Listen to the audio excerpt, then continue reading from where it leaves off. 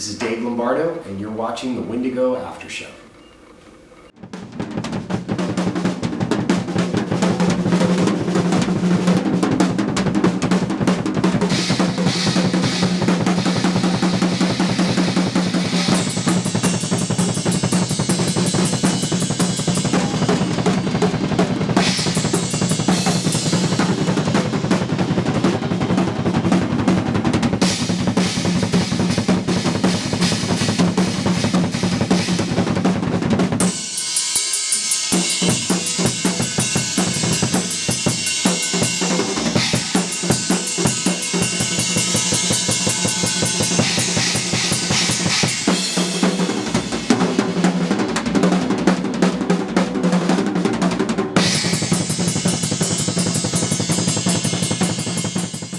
You're Cuban, right? Yeah. So, do you think it influenced the fact that you kind of have all that Latin percussion and? Absolutely. Yeah. The music, Cuban music, has a lot of percussion in it, and having that in your culture and it being part of very big part of the culture. You can't deny it. So you can't resist enjoying music that has drums in it. Although I like all kinds of music, all other styles of music that don't even have drums, but for the most part, music that has drums, I really enjoy. Did you have that moment in your life when you were a kid and you were playing drums that you realized that you were a lot better than everybody else? Like, you know what I'm saying? Like, In fourth grade, I realized that I was a lot faster than other drummers. I was faster at drum rolls. I was faster when I was in marching band in fourth grade. The cadences, I would learn them and play them at the tempo that the teacher would ask me. But then after getting comfortable with it, I would speed up and play it as fast as probably as humanly possible. So yeah, I kind of realized that at an early age. I always, it's always so interesting to me, when like you have, let's say a high school baseball team, right? And then there is that one guy that is so much better than everybody else, and they're like, oh, you're gonna be a pro. Did you always know that you were gonna play drums, like you were gonna be a professional drummer? I didn't know. I mean, I had the passion in me and I had the drive. Did I know I was gonna succeed the way I did? No. I never thought I was going to reach the status that I reached today. So it was quite a surprise because my parents obviously were telling me at a young age, look, Dave, you need to focus on a career, instead of music. That's not going to put bread on the table, and it's not going to put food on the table, I should say. And and so with that advice, I think I was just even more determined to succeed, but I was basically told, it's like, you better find another career or another job. What would you do? Like, what did they have? I was right out of high school, because I graduated high school and not majored, but my vocational training was technical drafting. So, design, technical design, technical drafting. And I immediately, right after high school, I got a job at a diesel, it was called Diesel Energy Systems Company.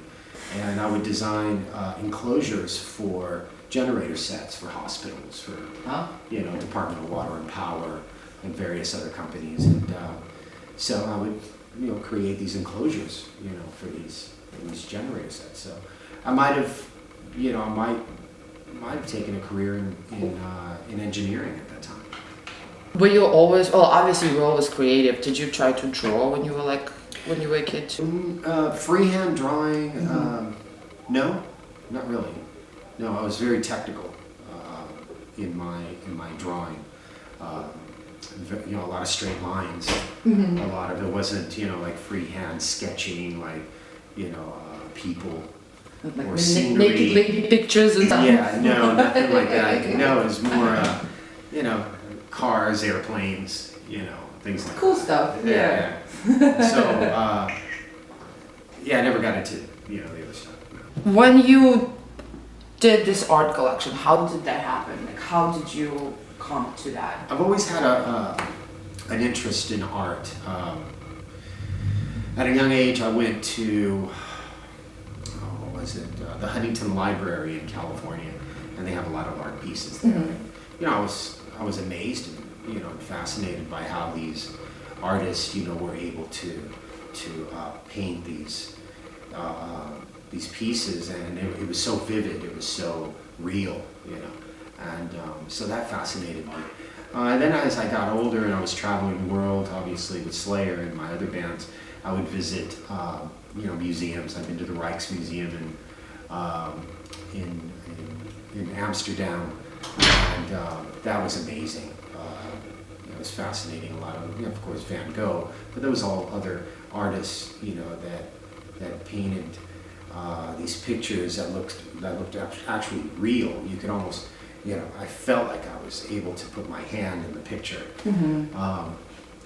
And I've been to the Louvre and in Paris and Christie's recently, right here in New York City. I went with a friend of mine and we just wandered around and just checked out all the art pieces.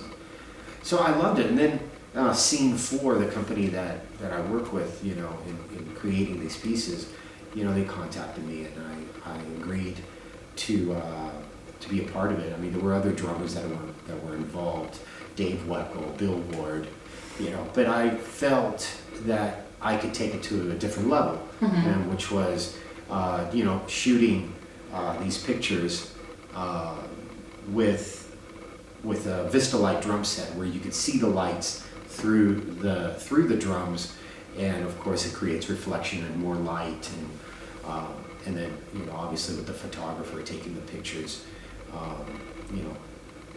with the aperture opened for a longer period of time, he's able to capture like all of the movement that was being created by the special drumsticks.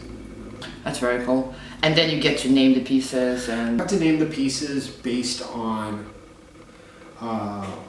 what the image reflected, So there's certain images. There's, for example, Mantis.